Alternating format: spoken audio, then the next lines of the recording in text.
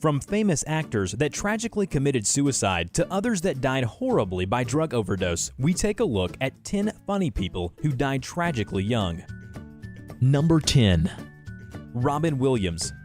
Robin Williams is a prime example that mental illness can stretch its fingers and affect anyone, regardless of who they are and what they do. The list of films and appearances where Williams can be found is long. His unique ability of voice imitation is what Williams was famous for and what he will forever be remembered for. By simply opening his mouth, Williams could grasp the attention of his audience immediately. Although he could make the world laugh, Williams had demons of his own that he could not overcome. On August 11, 2014, much of the shock of the world, Williams committed suicide, sending shockwaves across the globe.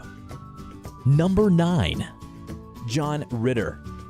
John Ritter, best known for his breakout role as Jack Tripper in Three's Company, became a household name in the late 70s and early 80s. In 2002, Ritter burst back into our living rooms as Paul Hennessy in 8 Simple Rules. While filming an episode of the show, Ritter was taken to the hospital, where they thought he was having a heart attack. In fact, he was suffering from aortic dissection. On September 11, 2013, after surgery, Ritter died from this undiagnosed condition. Number 8. Chris Farley. Chris Farley, a product of Saturday Night Live, had a loud sense of humor and the ability to make you crack a smile by being downright clumsy. Farley found fame in 1995 with the release of Tommy Boy, the story of a young, not-so-intelligent man who was trying to prove that he could run the family business. With the fame came the alcohol, drugs, and weight gain, and it would only be a matter of time before it all caught up with him. On December 18, 1997, at the young age of 33, Farley died from a drug overdose, cutting his large and promising career short. Number 7. John Belushi. Like many famous comedians, John Belushi began his career on Second City, with his big break coming in 1975 when he appeared on the newly created Saturday Night Live. In 1979, Belushi decided to leave Saturday Night Live to pursue his movie career. As his stardom continued to grow and grow, Belushi fell victim to the addictive qualities of drugs. On March 5, 1982, Belushi was found dead at the age of 33. His death was caused by a cocaine and heroin overdose. Number 6. Bernie Mac.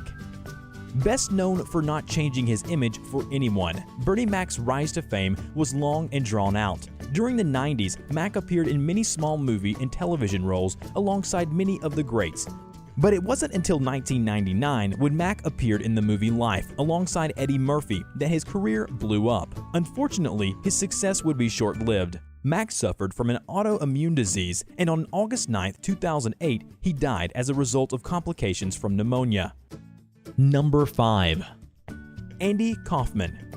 Andy Kaufman began his entertainment career at the age of 8, when he started performing at children's birthday parties. When he was finished college, he began to do stand-up at various clubs, and it was here that he would be discovered and asked to appear on the first episode of Saturday Night Live.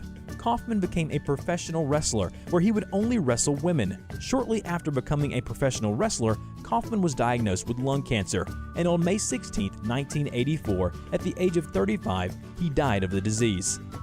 Number 4. Phil Hartman. Phil Hartman was more than just a comedian. He was also a brilliant writer. Hartman got his break with his co-creation of the Pee Wee Herman character. In 1986, he appeared on Saturday Night Live and would remain a fixture of the show for 8 seasons.